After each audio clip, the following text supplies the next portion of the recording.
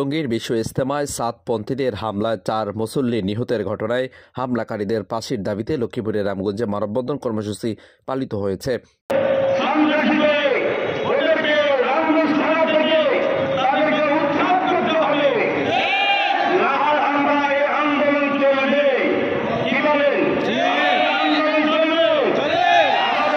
রামগঞ্জ উপজেলা কওমি মাদ্রাসা ঐক্য পরিষদের আয়োজনে কয়েক সহস্র ধর্মপ্রাণ মুসল্লিদের অংশগ্রহণে বৃহস্পতিবার বাদ আসর রামগঞ্জ শহরস্থ টাওয়ারের সামনে মাগরিবের পূর্ব ওই মানববন্ধন কর্মসূচি পালিত হয়।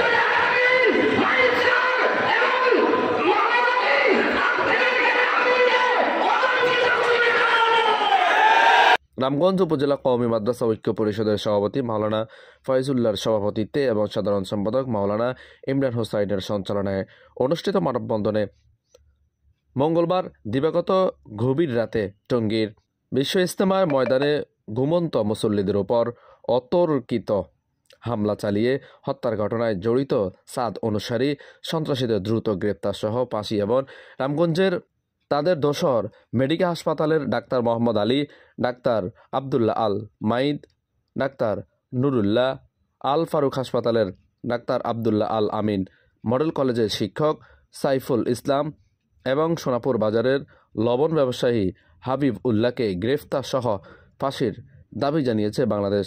7 অনুসারীদের কর্মকাণ্ডে নিষিদ্ধ করার জন্য সরকারের প্রতি আহ্বান জানিয়ে বক্তব্য রাখেন মাওলানা হুসাইন আহমদ, মাওলানা নুরুল্লাহ, মাওলানা আনোয়ার হোসেন মোহাম্মদ, মাওলানা সোয়াইব, মাওলানা মিজানুর রহমান, মাওলানা আব্দুল আজিজ, মাওলানা আনোয়ার হোসেন, মাওলানা হাবিবুর রহমান, মুফতি শরীফুল ইসলাম সহ একাধিক ওলামায়ে কেরাম।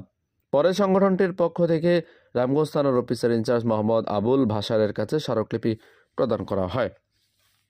পারভেজ হুসাইন, আমার টিভি।